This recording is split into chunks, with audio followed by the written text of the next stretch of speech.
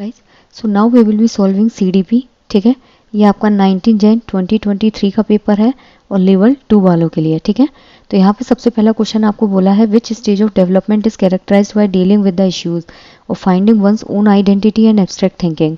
अमूर्त सोच, पहली बात तो आपको ये मालूम होना चाहिए जीन पियाजे ने जो स्टेजेस बताई थी उसमें सबसे लास्ट स्टेज थी आपकी फॉर्मल ऑपरेशनल स्टेज। ठीक है, अमूर्त संक्रियात्मक अवस्था, वो स्टेज आती है आपकी 12 से ऊपर। ठीक है, पहले होता है 0 से 2, फिर आती है 2 से 7, फिर है 7 से 12 और फिर 12 से ऊपर।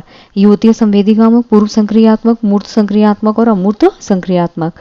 तो अमूर्त संक्रियात्मक की स्टेज कैसी है? 12 से ऊपर। और विकास की जो अवस्थाएं होती है उसमें 3 स्टेज होती है। पहला होता है आपका शैशवावस्था, फिर आती है बाल्यावस्था और फिर होता है आपका किशोरावस्था। तो यहाँ पे इसका जो करेक्ट आंसर होगा that is your option number 4, क्योंकि जो एडोलेसेंस स्टेज होती है इसी में ही बच्चा अपनी आइडेंटिटी को लेके बहुत ज़्यादा परेशान रहता है।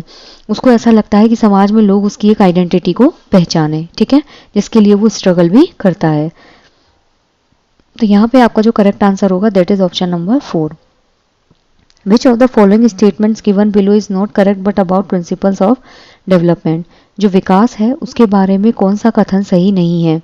विकास एक खास क्रम के अनुसार चलता है, विकास विभेदन और एकीकरण के सिद्धांत का पालन करता है, विकास पैर से सिर की दिशा में होता है, केंद्र से बाहर की दिशा में ये अग्रसर होता है। पहली बात तो ये कि जो डेवलपमेंट होता है ना ये हमेशा आपका वर्तुलाकार होता है, यानी कि स्पाइरल शेप होता है डेवलपमेंट। ठीक है, दूसरी चीज जो ग्रोथ होती है वो एक पर्टिकुलर टाइम पीरियड तक होती है। ठीक है, अगर आप फिजिकल ग्रोथ शो करेंगे तो 18 प्लस के बाद वो धीरे धीरे स्लो होने लग जाएगी, एक पॉइंट ऑफ टाइम के बाद वो बिल्कुल कम हो जाता है। डेवलपमेंट जो होता है वो आपका जन्म से मृत्यु तक चलता रहता है। ठीक है, from your birth to death जो डेवलपमेंट है वो कंटिन्यूस प्रोसेस होती है। आप हर स्टेज पे कुछ ना कुछ सीखते हैं, एक खास क्रम का पालन करता है। बिल्कुल सही बात है, पहले बच्चे के अंदर शैशवावस्था आती है, फिर बच्चे के अंदर बाल्यावस्था आती है, फिर किशोरावस्था आएगी। ठीक है, विभेदन और एकीकरण के सिद्धांत का पालन करता है। एकीकरण मतलब होता है जब तक आप डेवलप नहीं होते हैं ना, आप किसी भी चीज़ को पकड़ने के लिए पूरी बॉडी का इस्तेमाल करते हैं। ठीक है, हम पूरा बॉडी खिसकाएंगे तब जाके हम किसी टॉय को पकड़ेंगे, लेकिन धीरे धीरे जो है हम इंटीग्रेट करना स्टार्ट करते हैं, यानी कि उंगली से ही या फिर हाथ से ही हम चीज़ों को पकड़ना चालू कर देते हैं। बच्चा डिफ्रेंशिएट करना सीख जाता है कि ये मेरी मदर है, ये मेरे फादर हैं। वरना जब बच्चा बहुत छोटा होता है वो हर किसी को मम्मी मम्मी, हर किसी को पापा पापा बोलता रहता है। विकास जो होता है वो पैर से सिर नहीं, विकास हमेशा जो होता है वो सिफेलोकॉर्डल होता है। सिफेलोकॉर्डल मतलब सिर से पैर की ओर, केंद्र से बाहर की होता है प्रोक्सिमोडिस्टल। बिल्कुल सही बात है कि जो विकास होता है उसका डेवलपमेंट हमेशा केंद्र से बाहर की तरफ होता है। पहले कमर बैकबोन डेवलप होती है, बैकबोन के बाद आपके शोल्डर्स डेवलप होते हैं और शोल्डर्स के बाद आपके फिंगर्स डेवलप होती हैं। क्लियर? तो यहाँ पे क्या होगा, ऑप्शन 3 जो है वो बिल्कुल गलत है। The primary cause of individual differences in children, जो बच्चों में व्यक्तिगत विभिन्नता है उसका मेन कारण क्या है? Only genetic makeup of the individual, only the child returning style of parents, the complex interplay and heredity and environment, only the physical environment of the child. पहली बात तो ये बच्चे के अंदर जितने भी आपको इंडिविजुअल डिफरेंसेस देखने को मिलते हैं, ठीक है, या फिर अगर कहीं पे भी हम डेवलपमेंट की बात करें तो इस चीज़ में क्या होता है, बच्चे का जेनेटिक्स और एनवायरनमेंट ये दोनों ही एक इम्पॉर्टेंट रोल प्ले करते हैं। बच्चा जो जीन्स अपने पेरेंट्स से हेरिडिटी के थ्रू खुद में ट्रांसफर करता है, ठीक है, एक तो होता है आपका जेनेटिक फैक्टर्स, ये तो आपकी डेवलपमेंट को मतलब कहीं ना कहीं फर्क डालते हैं। मान लीजिए किसी के पेरेंट्स डॉक्टर हैं तो कहीं ना कहीं ऐसे जीन्स बच्चे के अंदर आते हैं कि बच्चा जो है वो पढ़ाई में इंटेलिजेंट होगा। और अगर हम एनवायरनमेंट की बात करें तो घर में बच्चे का एनवायरनमेंट किस तरीके से है, बच्चे की डेवलपमेंट और ग्रोथ जो है वो उसी पे डिपेंड करती है। मान लीजिए कोई बच्चा स्लम एरिया में डेवलप हो रहा है, मतलब स्लम एरिया में बच्चे का जन्म हुआ, धीरे धीरे वहीं डेवलप हो रहा है, तो वहाँ पे उसको एक प्रॉपर एनवायरनमेंट नहीं मिल पाता है। और एक बच्चा एक ऐसे घर में पैदा हो जहाँ पे सारे लोग बहुत एजुकेटेड हो, डॉक्टर इंजीनियर्स हो, तो उस केस में बच्चे का जो डेवलपमेंट होता है वो बिल्कुल अलग होता है। तो यहाँ क्या होगा आपका option number 3 will be correct. Socialization क्या है? लीनियर और फिक्स्ड प्रोसेस है, सिंपल और यूनिडायमेंशनल प्रोसेस है, कॉम्प्लेक्स और मल्टी डायमेंशनल है, रिजिड और यूनिवर्सल प्रोसेस है। तो समाजीकरण जो होता है ना वो एक जटिल और बहुआयामी प्रक्रिया होती है। ठीक है, जटिल कैसे है? हर किसी का समाजीकरण जरूरी नहीं है बच्चा कर पाए। कैसे? कई बच्चे आपने देखा होगा जो ऑटिज्म शो करते हैं, मतलब खुद में ही इन्वॉल्व रहते हैं, उनको ज़्यादा लोगों से इंटरेक्ट करने का मन नहीं करता है, ना वो किसी से ज़्यादा बातचीत करते हैं। और मल्टी डायमेंशनल कैसे होता है? बच्चे की जो पहली प्राइमरी एजेंसी होती है ना सोशलाइजेशन की, वो होता है उसका परिवार, ठीक है। एक आता है इसमें फ्रेंड्स, उसके फ्रेंड्स जो होते हैं वो भी इन्वॉल्व होते हैं। तो ये सारी क्या है, उनकी प्राइमरी एजेंसी होती हैं। उसके बाद रिलेटिव्स आ जाते हैं जो उसमें इन्वॉल्व होने लगते हैं, फिर आपका स्कूल, फिर आपकी सोसाइटी, ये सब क्या होती है, फिर मीडिया, ये सब आपकी सेकेंडरी एजेंसी होती हैं जहाँ पे बच्चे का सोशलाइजेशन होना स्टार्ट हो जाता है। जो रिलेटिव्स होते हैं, फ्रेंड्स होते हैं, और फैमिली होती है, ये तो क्या होती है, प्राइमरी एजेंसी। स्कूल, सोसाइटी और मीडिया जो होती है वो होता है आपका सेकेंडरी एजेंसी। तो विकास जो है वो मल्टी डायमेंशनल भी होता है, समाजीकरण सॉरी, और ये कॉम्प्लेक्स प्रोसेस होती है, ठीक है। क्योंकि दूसरे की ओपिनियन को एक्सेप्ट करने में क्या होता है, कई बार हर किसी को प्रॉब्लम फेस करनी पड़ती है। तो यहाँ क्या होगा, option 3 will be correct. Jean Piaget suggested that children think and learn differently from adults. Language facilitates the development of cognition. Children thinking is quantitatively different from that of adults. Are born as blank slate and are unintellectual at birth. तो gene पियाजे जो है उन्होंने कहा था कि जो बच्चे होते हैं वो नन्हे वैज्ञानिक होते हैं, ठीक है। बच्चा अपने ज्ञान का निर्माण खुद करता है।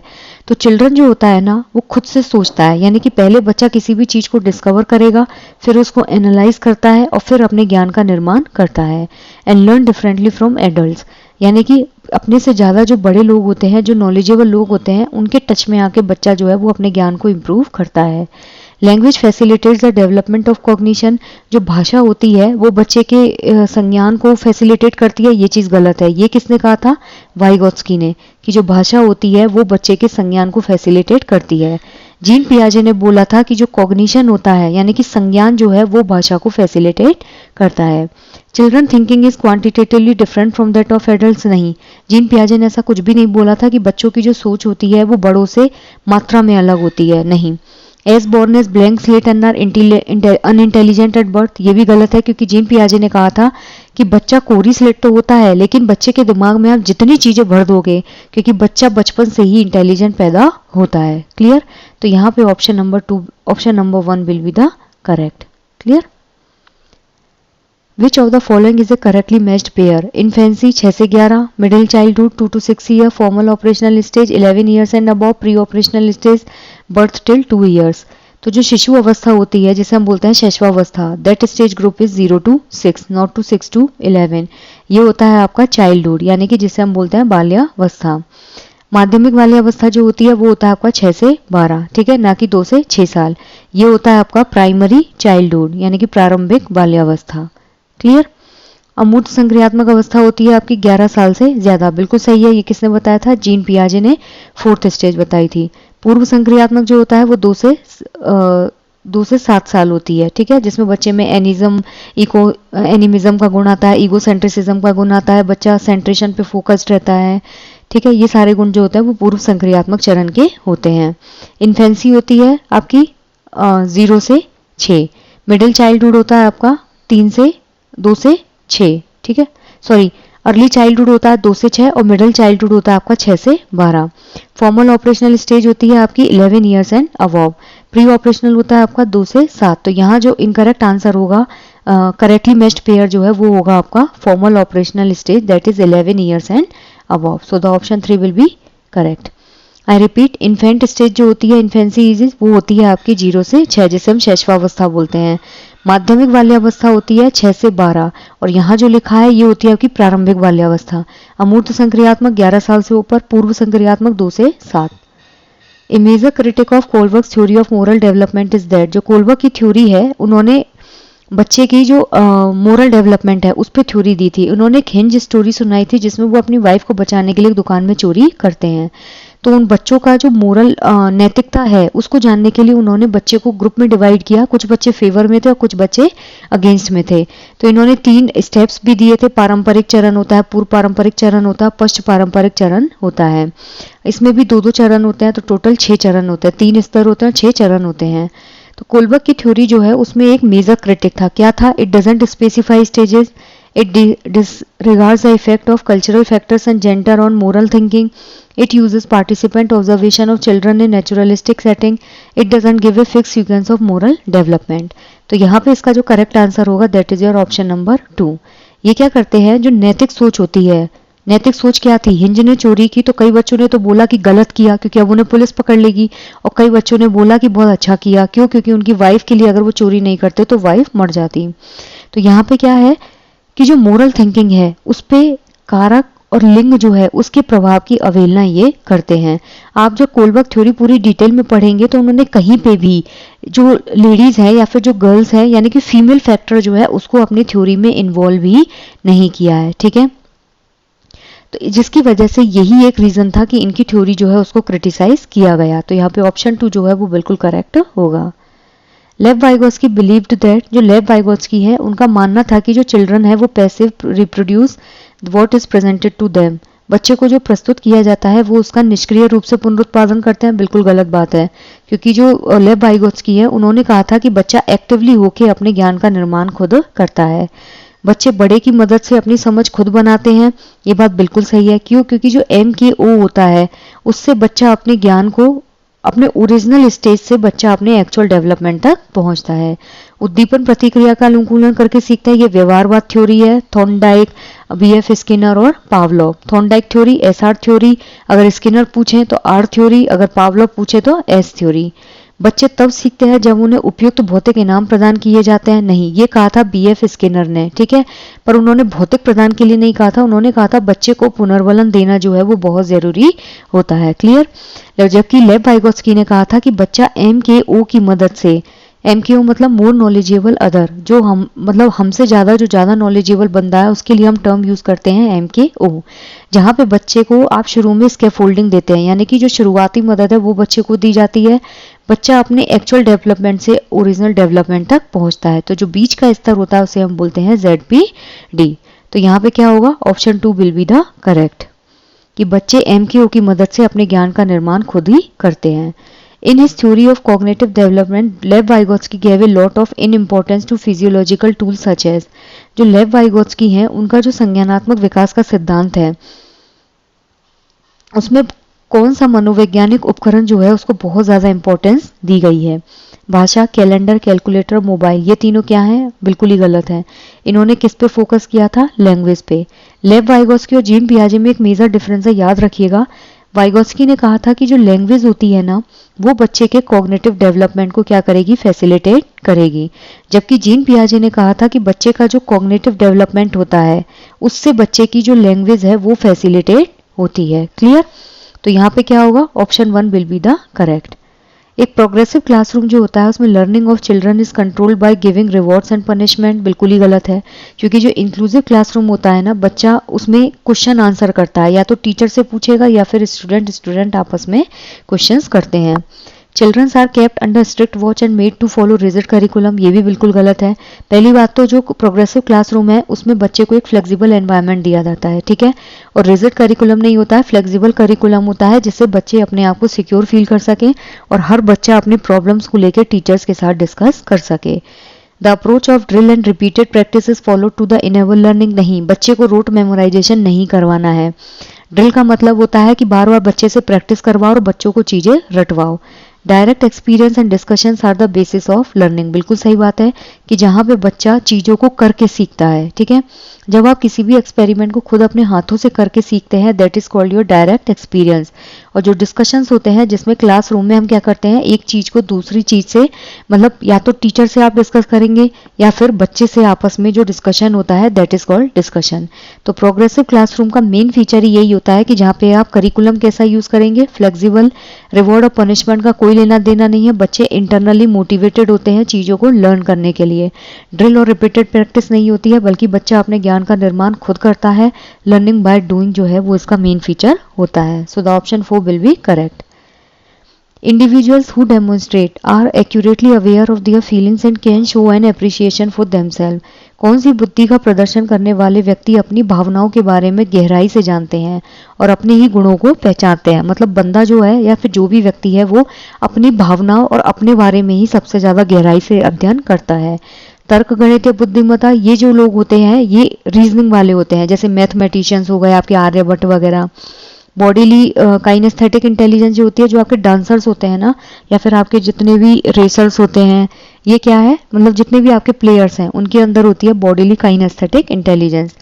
जो इंट्रापर्सनल इंटेलिजेंस होता है उसमें क्या होता है, बच्चा खुद के बारे में, मतलब जो भी पर्सन है वो खुद की इनर फीलिंग जो है उसको समझता है और उसी के बारे में वो स्टडी करता है। अपनी भावनाएं और अपने गुणों को ही वो गहराई से पहचानता है। एक होता है इंटरपर्सनल, जिसमें यहाँ पे खुद की बजाय क्या आ जाएगा, दूसरे की जो भावनाएं हैं उनको गहराई से जानते हैं और दूसरे के गुणों को पहचानने की कोशिश करते हैं। और जो लिंग्विस्टिक इंटेलिजेंस होता है, जितने भी कवि होते हैं आपके या जितने भी राजनेता होते हैं, ये सब क्या होता है, लिंग्विस्टिक इंटेलिजेंस। हार्वर्ड गार्डनर जो है इन्होंने मल्टीपल इंटेलिजेंस दिया था, बहुबुद्धि सिद्धांत, ठीक है। और इन्होंने बुद्धि के कितने प्रकार बताए थे, वैसे तो इन्होंने बुद्धि के 9 प्रकार बताए थे, लेकिन मेन जो बुद्धि पढ़ते हैं वो साथ ही पढ़ते हैं।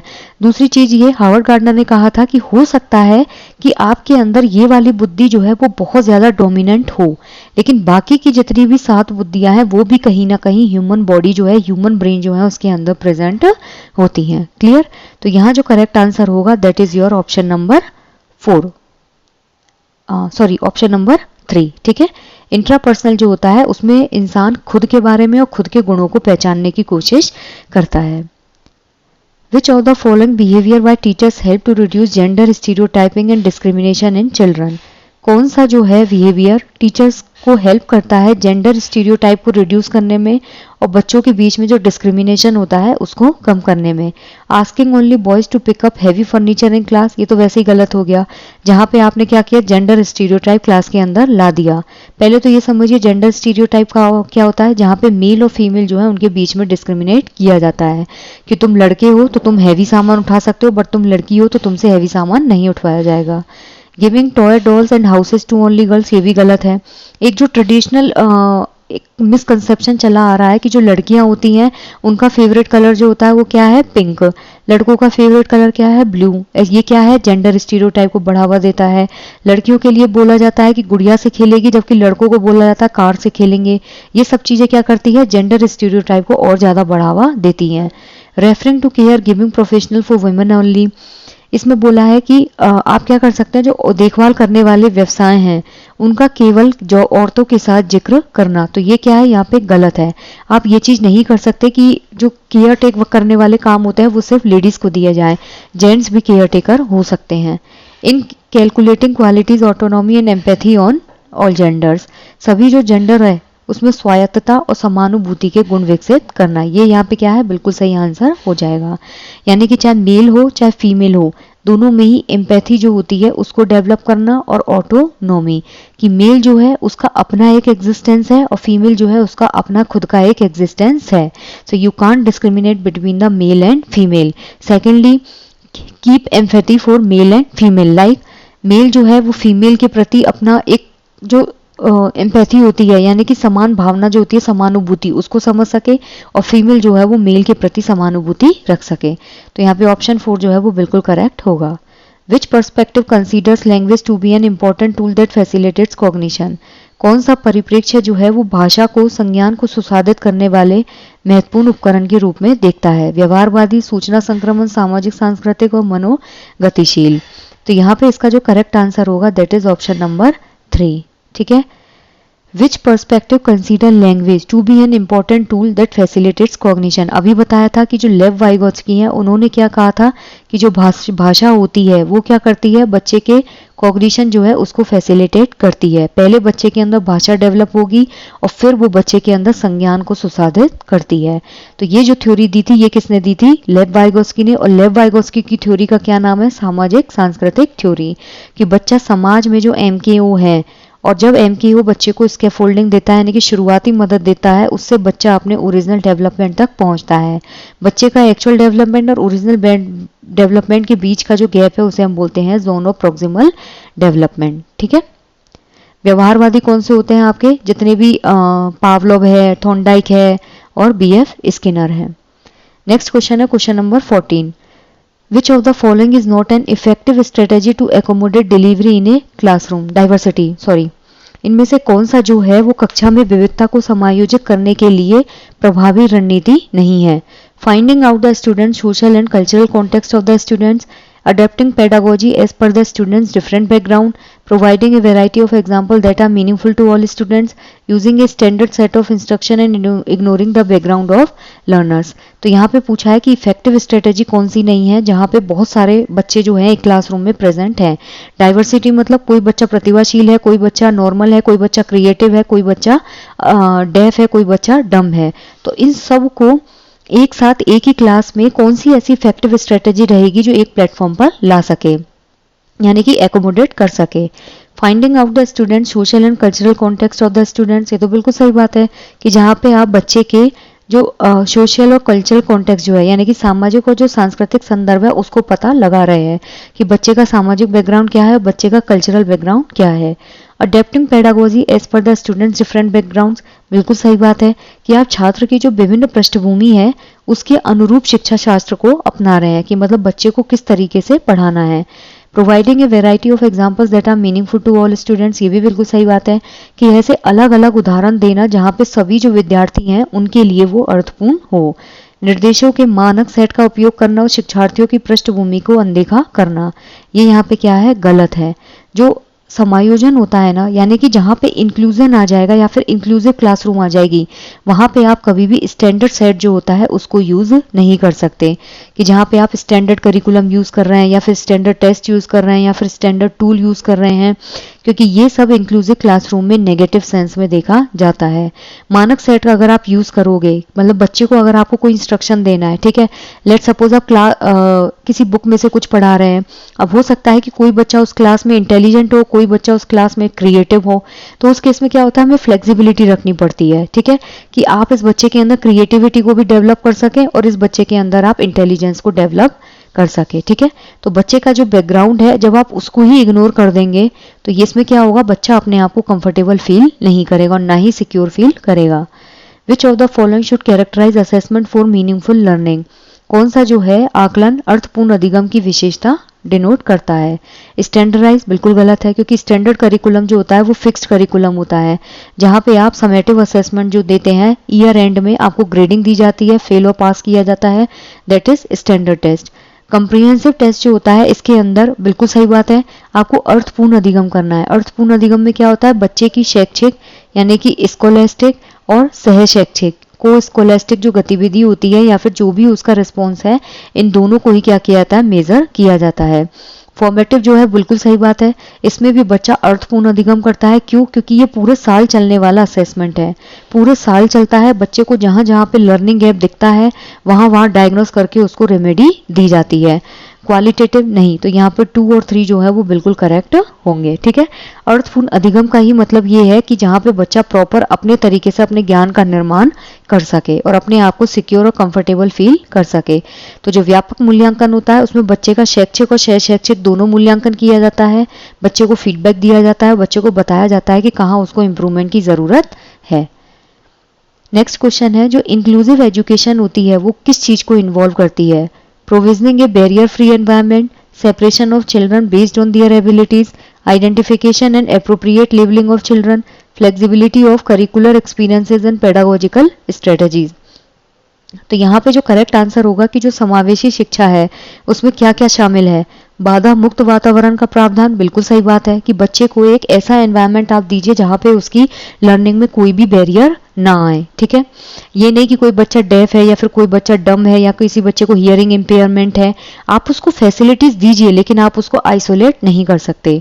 Separation of a children based on their abilities, बिल्कुल गलत बात है. अभी बताया कि जो समावेशी शिक्षा होती है ना वहाँ पे आइसोलेशन, आइडेंटिफिकेशन, ये सारी चीज़ें नेगेटिव सेंस में ली जाती हैं. कहीं भी अगर आपको स्टैंडर्ड टेस्ट दिखे या फिर स्टैंडर्ड करिकुलम दिखे, ये इंक्लूसिव एजुकेशन में बिल्कुल नेगेटिव होता है. दूसरा, जहाँ पे बच्चों को आप सेग्रीगेट कर रहे हैं या फिर सेपरेट कर रहे हैं, ये भी क्या होता है, बिल्कुल नेगेटिव माना जाता है. बच्चों की पहचान करके उनका उपयुक्त नामीकरण, सेम चीज हो गई। आप बच्चों को आइडेंटिफाई नहीं कर सकते कि अरे ये बच्चा इंटेलिजेंट है, इसको क्लास में आगे बिठाते हैं, ये बच्चा पढ़ने में कमजोर है तो इसको क्लास में पीछे बिठाते हैं। तो ये इंक्लूसिव एजुकेशन नहीं है। Flexibility of curricular experiences and pedagogical strategies, बिल्कुल सही बात है। जहाँ पे जो करिकुलर एक्सपीरियंस होता है, यानी कि जो शिक्षा शास्त्र रणनीति होती है और जो पाठ पुस्तकीय अनुभव है, उसमें क्या होता है, लचीलापन हम कैरी करते हैं। तो फर्स्ट और फोर्थ जो है वो यहाँ पे बिल्कुल करेक्ट हो जाएगा। Option 1 will be correct. Next है, while interacting with a diverse group of students a teacher shouldn't. जब आप छात्रों के विविध समूह के साथ बातचीत कर रहे हैं तो एक टीचर को क्या नहीं करना चाहिए? बहस और चर्चा को प्रोत्साहित, ये तो बिल्कुल सही बात है। जब मान लीजिए कोई टीचर है और यहाँ पे बच्चों का एक डाइवर्स ग्रुप बैठा हुआ है, तो बात करते समय टीचर को बहस और चर्चा तो करेगा ही ना, जिससे बच्चा अपना पॉइंट रख सके, क्या सामने वाले का पॉइंट है, डिबेट होगी तभी तो पता चलेगा कि बच्चा सोचता क्या है। Reflect on our own biases and stereotypes, अपने खुद के पूर्वाग्रह और रूढ़ियों पर चिंतन करना, ये भी बिल्कुल सही चीज है। जहाँ पे किसी भी चीज को लेके मान लो कोई बच्चा जेंडर स्टीरियोटाइप को फॉलो कर रहा है, उसकी फैमिली में ये चीज बचपन से सिखा दी गई है कि मेल ये काम करेगा और फीमेल ये काम करेगी, तो इस केस में क्या है, टीचर और स्टूडेंट को आपस में इस बारे में बात करनी चाहिए। एक समान पाठ्यक्रम और मानकीकृत मूल्यांकन का पालन बिल्कुल गलत है। जहाँ पे आप स्टैंडर्ड करिकुलम यानी कि सभी के लिए एक जैसा करिकुलम और एक जैसा स्टैंडर्ड असेसमेंट करते हैं, तो वो क्या होगा, यहाँ पे फॉलो नहीं होगा। क्यों? क्योंकि स्टैंडर्ड असेसमेंट क्या होता है, आपका इवैल्यूएशन जो ईयर एंड में किया जाता है। जब हम समेटिव असेसमेंट देते हैं तो उसमें बच्चे को ग्रेडिंग देके फेल और पास कर दिया जाता है। व्याख्यान पद्धति को एकमात्र शैक्षणिक रणनीति के रूप में अपनाना, दैट मे बी करेक्ट, क्योंकि जब नंबर ऑफ स्ट्रेंथ ज्यादा है बच्चे की तो उस केस में क्या करता है, टीचर जो है वो एक व्याख्यान देना स्टार्ट कर देता है। लेकिन यहाँ पे थर्ड ऑप्शन जो है वो बिल्कुल गलत है। ठीक है, कि आप समान पाठ्यक्रम और मानकीकृत मूल्यांकन का पालन नहीं कर सकते। यहाँ पे जैसे ही ये चीज फॉलो करने लगेंगे तो प्रोग्रेसिव जो क्लासरूम होती है वो यहाँ पे खत्म हो जाएगी। नेक्स्ट है क्वेश्चन नंबर, तो यहाँ पे करेक्ट आंसर होगा आपका option number 3। A teacher should make provisions such as giving extra time for written test and provisioning for a variety of materials other than books to support children with dyslexia because children with dyslexia have difficulties in reading। तो यहाँ पे बोला है कि जो पठन वैफल्य है, dyslexia क्या है, एक न्यूरोलॉजिकल डिसऑर्डर है जिसमें बच्चे को रीडिंग में दिक्कत आती है, यानी कि पढ़ने में दिक्कत आती है। पठन वैफल्य से जूझ रहे बच्चों का जो सीखना है उसको सुगम बनाने के लिए टीचर को बुक्स के अलावा अलग अलग टाइप के जो रिसोर्स हैं, संसाधन है, उनको यूज करना चाहिए। और जो रिटन टेस्ट है उसमें उनको ज्यादा समय देना चाहिए। क्यों? क्योंकि जो डिसलेक्सिया की चुनौती वाले विद्यार्थी हैं उनको पढ़ने में कठिनाई आती है। तो यहाँ पे इसका जो करेक्ट आंसर होगा कि ए और आर जो है वो दोनों ही सही हैं और आर जो है वो ए को अच्छे से डिफाइन करता है। डिसलेक्सिया का मतलब ही यही है कि जो बच्चे अच्छे से पढ़ नहीं पाते, इनके जो फोनेटिक्स होते हैं वो क्लियर नहीं होते। ये गॉड को क्या पढ़ते हैं, डॉग, और लक्स को क्या पढ़ते हैं, लुक्स, मतलब इस टाइप से इनका फोनेटिक रहता है। ठीक है, जब स्वर का ही ज्ञान नहीं होगा तो आप पढ़ोगे कैसे? तो इन बच्चों को जो है ज्यादा टाइम देना चाहिए और बुक्स के अलावा इनको अलग अलग रिसोर्सेज देने चाहिए और लिखित परीक्षा में ज्यादा समय दो क्योंकि इनको पढ़ने में प्रॉब्लम आती है। Which of the following is an example of assistive technology to aid students in vision? यानी कि जो बच्चे देख नहीं सकते, विजुअल इम्पेयरमेंट होता है, उसमें कौन सा हम असिस्टिव टेक्नोलॉजी को यूज कर सकते हैं? हेडफोन, चित्राधारित वर्कशीट, पढ़ने और लिखने में ब्रेल लिपि और श्रवण में मदद करने का उपकरण। तो यहाँ जो करेक्ट आंसर होगा उसमें हम ब्रेल लिपि जो होती है, ब्रेल मेथड, उसको हम किस में यूज कर सकते हैं? जो विजुअली इम्पेयरमेंट बच्चे होते हैं उनके लिए इसको यूज किया जा सकता है। हेडफोन जो होता है वो हियरिंग इम्पेयरमेंट में काम आता है और जो डायग्राम बेस्ड वर्कशीट होती है वो आप बच्चे की क्रिएटिविटी में यूज कर सकते हैं। लेकिन जो ब्रेल लिपि होती है उसमें क्या होता है, वर्ड्स बहुत मोटे मोटे लिखे रहते हैं जिसकी वजह से जिनको विजुअल इम्पेयरमेंट होता है वो हाथ फेर फेर के उसको पढ़ने में हेल्पफुल होता है। श्रवण में मदद करने का उपकरण आपका हियरिंग इम्पेयरमेंट में काम आएगा। Which of the following are typical indicators of creativity? जो सृजनात्मकता होती है उसमें कौन कौन से इंडिकेटर जो है वो टिपिकल मतलब विशिष्ट संकेतक हैं? Curiosity, independence, adaptability, high level of concentration and need for repeated practice. तो यहाँ पे अगर आप ढंग से देखेंगे ना, क्रिएटिव बच्चा जो होता है वो हमेशा डाइवर्जेंट तरीके से चीजों को सोचेगा, यानी कि अपसारी रूप से वो चीजों का चिंतन करता है। एक ही प्रॉब्लम को वो 50 तरीके से सॉल्व करके दिखा देगा। क्लियर? अब यहाँ पे आपसे पूछा है कि जो क्रिएटिविटी है उसमें सबसे मेन चीज क्या है जिसकी वजह से बच्चा क्रिएटिवली चीजों को सोच पाता है और कर पाता है। तो यहाँ पे क्यूरियसिटी बिल्कुल सही बात है। जब बच्चा क्यूरियस ही नहीं होगा किसी चीज को करने के लिए और जानने के लिए तो आप उसको कैसे क्रिएटिव बनाएंगे। इंडिपेंडेंस, बच्चा खुद अपना काम खुद करता है, उसके अंदर डिपेंडेंसी नहीं होती है कि ये बंदा मेरी हेल्प करेगा तभी मैं आगे बढ़ पाऊंगा। अडेप्टेबिलिटी बिल्कुल सही बात है, वो चीजों को लेके अनुकूल होता है। मान लीजिए अगर आपके अंडर उसको कोई चीज क्रिएटिव दिखी तो वो उसको तुरंत क्या करेगा, ग्रेस्प कर लेगा। हाई लेवल ऑफ कंसंट्रेशन बिल्कुल सही बात है, बच्चे बहुत ज्यादा ये केंद्रित होते हैं, यानी कि ये इतने कॉन्सेंट्रेट होकर किसी भी चीज को करते हैं कि बगल में क्या हो रहा है इनको कुछ भी ध्यान नहीं रहता। नीड फॉर रिपीटेड प्रैक्टिस, जो क्रिएटिव बच्चा होता है वो कभी भी ड्रिलिंग नहीं करता। ठीक है, तो यहाँ पे 1 2 3 4 विल भी सही, मतलब करेक्ट होगा, तो option 3 will be correct. Curious होगा तभी बच्चा इंडिपेंडेंट बनेगा, इंडिपेंडेंट बनेगा तो वो चीजों को अडेप्ट करता है, जहां जाएगा वहां से क्रिएटिविटी अडेप्ट करेगा, और इनका कंसंट्रेशन लेवल बहुत ज्यादा हाई होता है। नेक्स्ट है, for effective learning only the teacher should ask questions in the classroom and not the children, because children learn most meaningfully through the process of passive listening. जो effective learning होती है उसमें केवल teacher को question पूछने चाहिए class में, बच्चों को नहीं, क्योंकि बच्चे जो होते हैं वो मीनिंगफुल तभी सीख पाते हैं जब वो पैसिव लिसनिंग करते हैं। ठीक है, तो यहाँ पे जो इसका करेक्ट आंसर होगा ना वो ए और बी दोनों ही गलत हैं। आप पढ़ने में इसको समझ गए होंगे कि जो इफेक्टिव लर्निंग होती है वो तभी होती है जब बच्चा टीचर के साथ इंटरेक्शन रखेगा, या तो स्टूडेंट और टीचर के बीच में इंटरेक्शन हो या फिर स्टूडेंट स्टूडेंट के बीच में कन्वर्सेशन हो। ठीक है, जैसे हम कोलैबोरेटिव लर्निंग बोलते हैं। जहाँ पे टीचर सिर्फ क्वेश्चन पूछ रहा है, बच्चा कुछ अपना क्वेश्चन पूछ ही नहीं रहा है, तो उसमें क्या होगा, बच्चा पैसिव लर्नर हो जाता है, और पैसिव लर्निंग कभी भी मीनिंगफुल लर्निंग को सपोर्ट नहीं करती। मीनिंगफुल लर्निंग का मतलब ही यही है कि जहां पे बच्चा अपने ज्ञान का निर्माण खुद करके क्रिएट करता है। तो ये क्या होगा, मीनिंगफुल लर्निंग जो होती है वो पैसिव लिसनिंग से होती है, ये भी गलत है। मीनिंगफुल लर्निंग हमेशा एक्टिव लिसनिंग से होती है, जहां पे बच्चा अपना ध्यान लगा के चीजों को सुनता है और एक्टिवली पार्टिसिपेट करता है। तो यहाँ क्या हुआ, A and R both are false. Teacher should provide adequate and appropriate scaffolding to the students as and when they needed. Learning is a collaborative process. Teacher जो है उसको एक मतलब जहां नीड हो बस वहीं पे, और एप्रोप्रिएट स्कैफोल्डिंग मतलब शुरुआती मदद देनी चाहिए बच्चों को जहां भी जरूरत हो। मान लीजिए कोई बच्चा यहाँ पे स्टक हो गया, तो यहाँ पे क्या करो, आप बच्चे को स्कैफोल्डिंग दो, यानी कि बच्चे को शुरुआती मदद दो, जिसकी वजह से बच्चा आगे चल के चीजों को अच्छे से सीख पाए। क्योंकि लर्निंग जो होती है ना वो एक कोलैबोरेटिव प्रोसेस होती है। कोलैबोरेटिव मतलब जहाँ पे आप एक दूसरे की मदद करके आगे बढ़ते हैं, या तो टीचर और स्टूडेंट के बीच में कोलैबोरेशन होगा या फिर स्टूडेंट स्टूडेंट के बीच में कोलैबोरेशन होगा। ठीक है, कोलैबोरेटिव मतलब आप एक दूसरे के सहयोग लेके, एक दूसरे की हेल्प लेके आगे बढ़ते हैं। तो इसका जो करेक्ट आंसर होगा that is your option number 1। ए और आर बिल्कुल सही है, और आर जो है वो ए का करेक्ट एक्सप्लेनेशन है, क्योंकि टीचर जो है उसको एडिक्वेट मतलब जितना जरूरी हो उतना, एप्रोप्रिएट सही तरीके से स्कैफोल्डिंग मतलब शुरुआती मदद या ढांचा या आलम्बन या पाड़ देनी चाहिए जहां पे बच्चे को जरूरत है। ऐसे नहीं कि आप हर वक्त ही बच्चे को मदद कर रहे हैं, नहीं, तो उसमें क्या होगा, बच्चा कभी भी एक्टिव लर्नर बनेगा ही नहीं। और मदद भी हमेशा उतनी ही करनी चाहिए, जैसे मान लीजिए कोई बच्चा किसी क्वेश्चन में स्टक हो रहा है तो आप बच्चे को छोटी छोटी हिंट दे सकते हैं, जिससे बच्चा उस क्वेश्चन को सॉल्व करते करते खुद ही उसका पूरा आंसर निकाल ले। ठीक है, ये नहीं कि पूरा आंसर आपने बच्चे को बता दिया, नहीं, और जहां जरूरत है पहले देखिए और तभी बच्चे को मदद कीजिए। So the option 1 will be correct. How should teachers view failure of students in an elementary school classroom.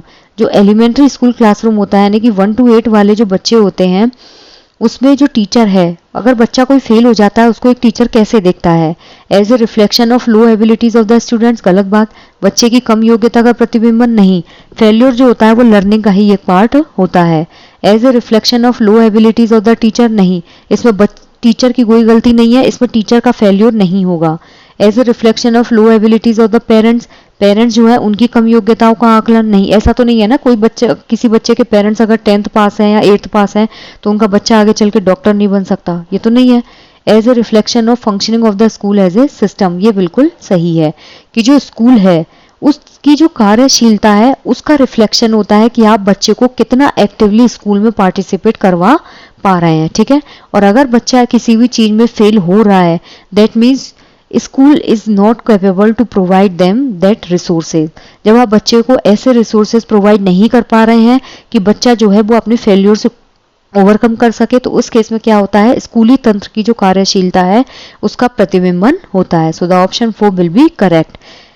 Failure of students will be reflected as the functioning of school as a system.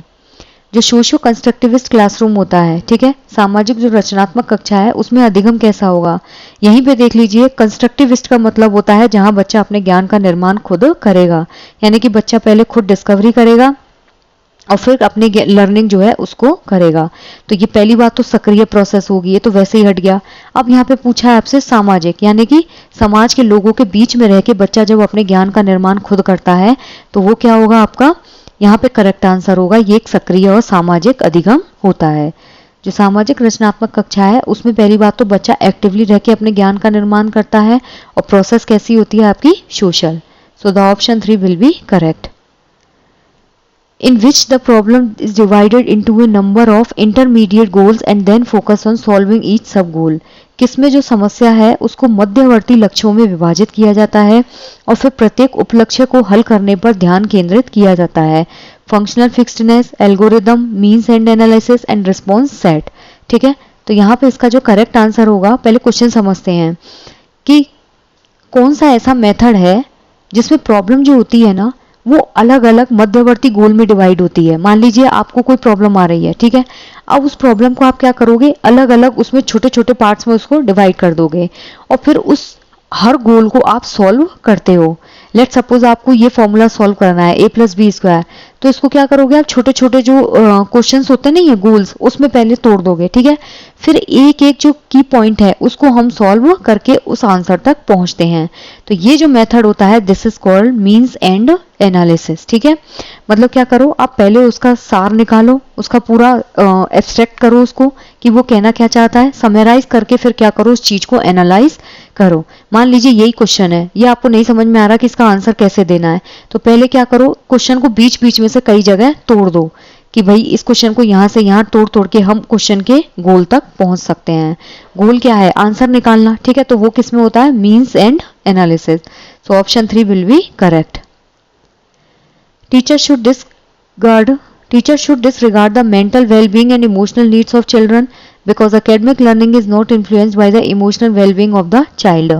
जो teacher है उसको बच्चों की मानसिक स्थिति और संवेगात्मक जरूरत जो है उसकी उपेक्षा करनी चाहिए, क्योंकि अकादमिक अधिगम बच्चे के संवेगात्मक स्वास्थ्य से प्रभावित नहीं होता। तो यहाँ पे देखिए ये बोला क्या चाह रहा है कि जो टीचर है जब वो बच्चे की मानसिक स्थिति की उपेक्षा कर देगा और संवेगात्मक जरूरत की उपेक्षा कर देगा तो बच्चा सीखेगा कैसे। मान लीजिए आपके इमोशंस जो हैं वो आज सही नहीं है, लेट सपोज अगर कोई बच्चा है वो फ्रस्ट्रेट हो रखा है, ठीक है, उसका पढ़ने का मन नहीं है, और बच्चे की जो मेंटल हेल्थ है वो कब अफेक्ट होगी, जब उसके इमोशंस सही नहीं होते, then mental health gets affected. तो ये क्या हो गया, वैसे ही गलत हो गया, क्योंकि आप बच्चे की उपेक्षा इस चीज में नहीं कर सकते। जो एकेडमिक लर्निंग होती है ना वो बच्चे के हमेशा संवेगात्मक स्वास्थ्य से प्रभावित होती है। अगर बच्चे का अगर इमोशंस जो है, मान लीजिए बच्चा पॉजिटिव रेस्पेक्ट के साथ क्लास में नहीं बैठा है, तो उस केस में क्या होगा, बच्चे की लर्निंग नहीं हो पाएगी। तो यहाँ पे ए और आर जो है वो दोनों ही गलत हैं कि जो एकेडमिक लर्निंग होती है बच्चे के संवेगात्मक स्वास्थ्य से प्रभावित होती है और बच्चों की जो मानसिक स्थिति है और जो संवेगात्मक जरूरत है उसकी उपेक्षा हमें कभी भी नहीं करनी चाहिए। तो यहाँ क्या होगा, option 4 will be the wrong. Learning should be facilitated through meaningful discovery by promoting competition among students, by offering materialistic reward, by using negative reinforcement। जो लर्निंग होती है ना उसको कैसे प्रमोट करना चाहिए, अर्थपूर्ण खोज के द्वारा। ठीक है, पहले बच्चे को खुद डिस्कवरी करने दो, जहां बच्चे को हेल्प की जरूरत हो वहां बच्चे को हेल्प करो, बच्चे को हिंट वगैरह दो और फिर बच्चे को उसके पूरे जो क्वेश्चन है उसका आंसर निकालने दो। By prompting competition among students नहीं, अगर आप बच्चों के अंदर कंपटीशन की भावना डेवलप कर दोगे तो उस केस में बच्चे के अंदर अर्थपूर्ण अधिगम नहीं हो पाएगा। भौतिक पुरस्कार नहीं, ये एक्सटर्नल एक टाइप से रीइंफोर्समेंट होता है कि आपने थोड़े टाइम के लिए बच्चे को बहलाया फुसलाया, फिर बच्चा आगे ग्रोथ नहीं कर पाएगा। नकारात्मक पुनर्बलन ये भी गलत होता है। यहाँ जो करेक्ट आंसर होगा that is your option number 1। Next है question number 28, What involves knowledge and awareness about self as a knower। खुद के ज्ञाता होने के बारे में जो जागरूकता है और जो समझ है वो किस प्रक्रिया में शामिल है। ये क्वेश्चन सीटेट कई बार पूछा है, तो इस क्वेश्चन को बिल्कुल अपने दिमाग में बिठा लीजिए। दिस इज कॉल्ड योर अधिसंज्ञान, ठीक है, जहाँ पे इंसान खुद के ज्ञाता होने के बारे में उस चीज को अवेयर करता है, मतलब खुद को वो समझाता है कि yes I know this question, I know the answer of this problem, ठीक है, और इसी चीज को वो खुद को समझाता रहता है। एसिमुलेशन क्या होता है, जहाँ पे बच्चा अपना जो पूर्व ज्ञान है यानी कि जो एग्जिस्टिंग स्कीमा होता है उसमें क्या करता है, थोड़ा सा चेंज करता है। समावेशन क्या होता है, जिसमें जो प्री स्कीमा है यानी कि जो एग्जिस्टिंग स्कीमा होता है उसको बिना चेंज किए हुए हम नए ज्ञान को उसमें ऐड करते हैं। कंडीशनिंग क्या होती है, जिसमें व्यवहारवादी आते हैं, स्टिमुलस और रेस्पॉन्स जो है उनके बीच में एक कंडीशनिंग जो है वो स्टैब्लिश की जाती है। तो यहाँ क्या होगा, option number 1। Teacher should believe that ability is what and encourage students to set what. जो टीचर है, अध्यापक जो है, उनको ये मान्यता रखनी चाहिए कि जो एबिलिटी होती है यानी कि योग्यता जो होती है, पहली बात कभी भी फिक्स नहीं होती। जरूरी नहीं है 6th क्लास में बच्चा जो कैपेबिलिटी के साथ आया है वो 10th क्लास तक उसी कैपेबिलिटी के साथ रहे। कई बार बच्चे बहुत इंटेलिजेंट निकल जाते हैं, कई बार बहुत इंटेलिजेंट बच्चा है जो कुछ भी नहीं कर पाता है, तो ये क्या होती है, इम्प्रूवेबल होती है। तो टीचर को ये चीज माननी होगी कि बच्चे की जो एबिलिटी है ना वो हर वक्त हर स्टेप पे इम्प्रूव की जा सकती है। और बच्चे के अंदर टीचर को किस चीज को इन्फोर्स करना चाहिए, मास्टरी ओरिएंटेड गोल्स, क्योंकि जो परफॉर्मेंस ओरिएंटेड गोल्स होते हैं ना ये कहीं ना कहीं आपके जो एक्सटर्नल मोटिवेशन होता है उससे रिफ्लेक्ट होगा। यानी कि जब तक आपको बाह्य अभिप्रेरणा मिल रही है आप वो काम करेंगे, जबकि मास्टरी ओरिएंटेड गोल में क्या होता है, बच्चा इंटरनली मोटिवेटेड होता है, ठीक है। आप किसी भी चीज पे मास्टरी करना चाहते हैं, let's suppose if you want to do mastery on the cooking skills, तो आप वो अपनी इंटरनल विल से सीख रहे हैं, क्यों, क्योंकि आपको उसमें निपुणता हासिल करनी है। तो यहाँ क्या होगा आपका ऑप्शन नंबर 3। नेक्स्ट है, which of these statement about motivation and learning is correct. यानी कि जो अभिप्रेरणा है और जो सीखना है उसके बारे में कौन सा कथन सही है। Learning is effective when the students are motivated to avoid punishment. Learning is effective when the students have intrinsic motivation. Learning is effective when the students are extremely motivated. Motivation doesn't have any role play in learning. तो यहाँ पे इसका जो correct answer होगा कि प्रेरणा और सीखना जो है उसके बारे में कौन सा कथन सही है। पहली बात तो आप ये समझिए, कोई भी चीज आप तभी सीखेंगे जब आप उस चीज को सीखने के लिए क्या है, मोटिवेटेड। अगर आप किसी भी चीज को सीखने के लिए मोटिवेटेड ही नहीं है then you can't never ever learn the solution. तो यहाँ पे क्या होगा, सीखना तभी इफेक्टिव होगा जब बच्चा सजा से बचने के कारण मोटिवेट होता है। सीखना तब इफेक्टिव होता है जब बच्चों में इंटरनली मोटिवेशन होता है। सीखना तब इफेक्टिव होगा जब वो एक्सटर्नली मोटिवेटेड है। और लर्निंग में मोटिवेशन जो है उसका कोई इंपॉर्टेंट रोल ही नहीं है। तो ये तो वैसे ही गलत हो गया, कंप्लीटली नेगेटिव है, क्योंकि if you are not motivated you can't do anything. सीखना तब प्रभावित है जब बच्चा सजा से बचने के कारण कर रहा है, नहीं, सिर्फ बच्चा मार ना पड़े इसलिए पढ़ रहा है, तो उस केस में लर्निंग कभी भी इफेक्टिव नहीं होगी। सीखना तब प्रभावी होता है जब बच्चे में आंतरिक अभिप्रेरणा है, तो ये यहाँ पे बिल्कुल करेक्ट आंसर होगा, ठीक है। सीखना तब प्रभावी होता है जब छात्र बाहरी रूप से प्रेरित है, ये भी यहाँ पे गलत आंसर होगा। क्यों, क्योंकि एक्सटर्नल मोटिवेशन जो होता है वो एक सिर्फ लिमिट तक ही आपको आगे तक लेके जा सकता है। तो यहाँ पे जो करेक्ट आंसर होगा that is your option number 2। So I just hope guys कि मैंने बहुत अच्छे से आपको समझाने की कोशिश की है। अगर किसी भी क्वेश्चन में कोई भी डाउट हो तो आप कमेंट्स में ड्रॉप करके बता सकते हैं। Thank you so much.